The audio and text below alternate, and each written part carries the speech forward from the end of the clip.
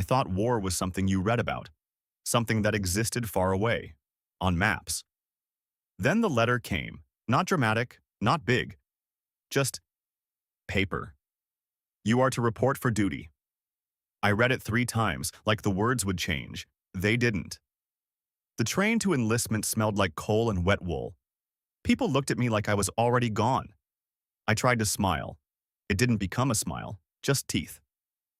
At the barracks, they give me a uniform that feels borrowed, rough fabric, wool that itches, a steel helmet that makes your head feel heavy, and a rifle. M1, 8 rounds in a clip. That small metallic click when I load it. Almost sounds normal. Like this is a job.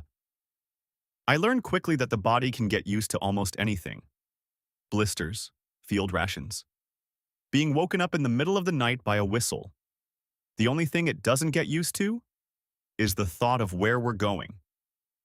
A few weeks later, I'm sitting in a plane. Metal vibrating. The engine pounding like a drum in my chest. We fly over a sea that feels endless. Japan. A pause. A place where everything is organized, and yet it's just a waiting room for something worse. Then a truck, then a ship, and finally land. Korea.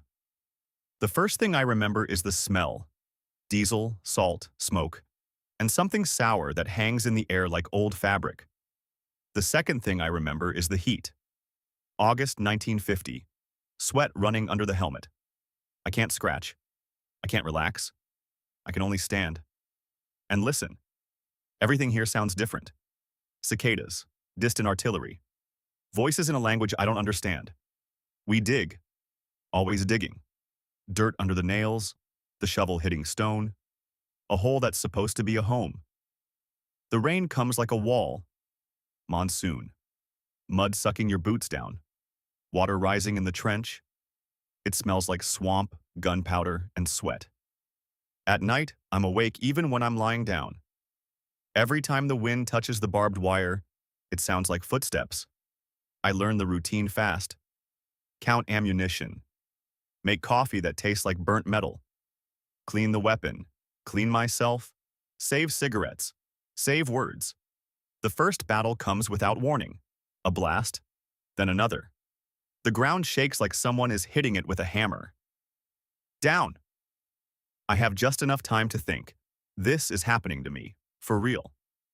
I shoot at movement, at shadows, at a bush that might not even be the enemy. Everything becomes short. Everything becomes simple. Breathe, aim, pull. Afterwards, I'm shaking. Not from the cold, from the realization that I didn't die, and that I'm not the same person I was an hour ago.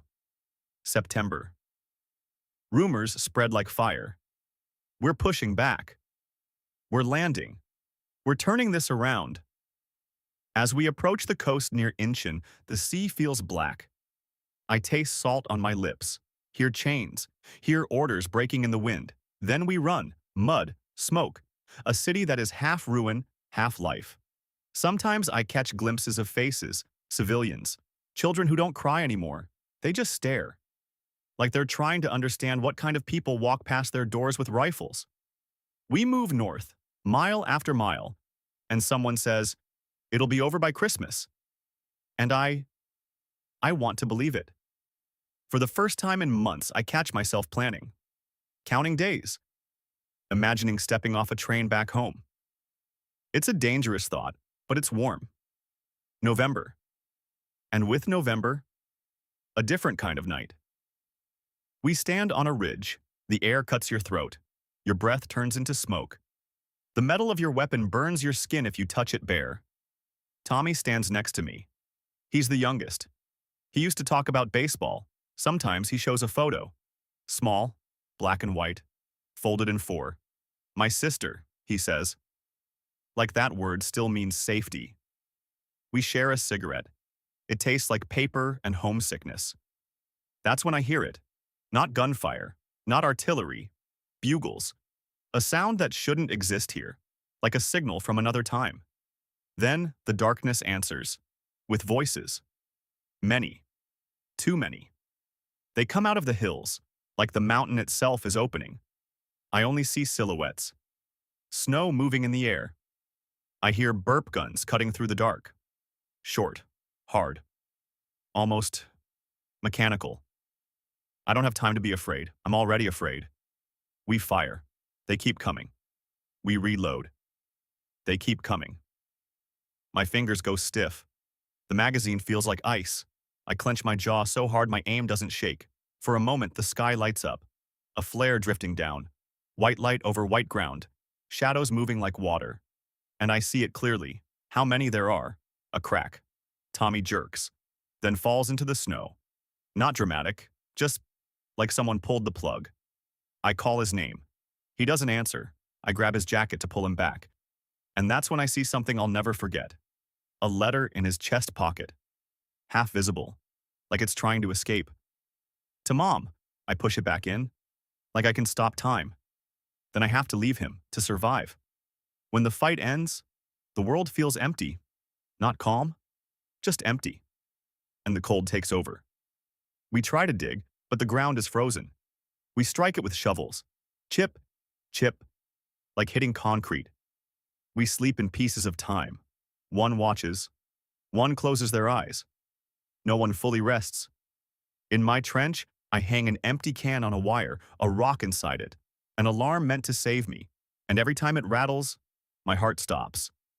I learn what silent panic sounds like, not screaming, not running, just a hand tightening on the trigger. One night, I go on patrol, just a few steps beyond the wire, and the world feels too big to handle. Snow crunches. My breathing is too loud. I hate the sound of my gear. Every buckle feels like it could betray me. Suddenly, a click in the dark. I freeze. A whisper. Not my language. Then a shot. Not at me, but close enough to shake the air. I drop. The ground is frozen. My knees slam into it. I feel nothing. I feel everything. Back in the line, I clean my rifle with fingers that barely work, wipe off ice, wipe off dirt, like I can wipe away time. The war changes. 1951 becomes less movement, more waiting, more stillness. We build sandbag after sandbag, barbed wire, mines, trenches twisting like scars in the earth. We become experts at small things, sleeping sitting up, heating food in a helmet filled with water, swallowing without tasting. When we get rations, I learn everything can be the same color. Beans, meat, fruit, all brown. And still, you hold on to it, because it's routine. And routine is the only thing that feels like life. At night, we sometimes fire flares, light hanging over the valley. When it falls, everything drops back into darkness, and it feels like the night is laughing at us. Sometimes mail arrives, a name gets called, an envelope held like gold. I get a letter. Handwriting I recognize. Home suddenly has a smell in my mind. I read the same sentence 5 times. We miss you. And I think, you miss who I was, not who I am. Because here, you learn things you can't unlearn. How to tell weapons apart by sound. How to go quiet when someone mentions the future. How to stop dreaming, because dreams hurt. They talk about armistice, negotiations, words that sound soft, that don't belong next to barbed wire. Then one morning, it happens. No fireworks, no celebration, just a strange interruption, like someone turned off a machine that had always been running. We stay in our trenches, waiting for the shooting to start again, because that's how the body works now. It doesn't trust silence. When I finally go home, I travel the same path backwards. Truck, ship, train. People smile. Someone talks about the future. The word plans sounds like a joke. At home, the air is warm. Food smells good. The bed is soft. And still, when the clock hits late hours, when the floor creaks, when something metal falls, I'm back. I hear the bugle. I hear snow under boots. I feel the weight of the letter in Tommy's pocket. The war ended on paper, July 27th, 1953. But inside me, it just changed form. And sometimes I wonder if what I call home is just another front line that happens to be quieter. Because sometimes, in the middle of my own kitchen, I hear a tin can rattle. And I know, the next time I blink, I'm back in the snow,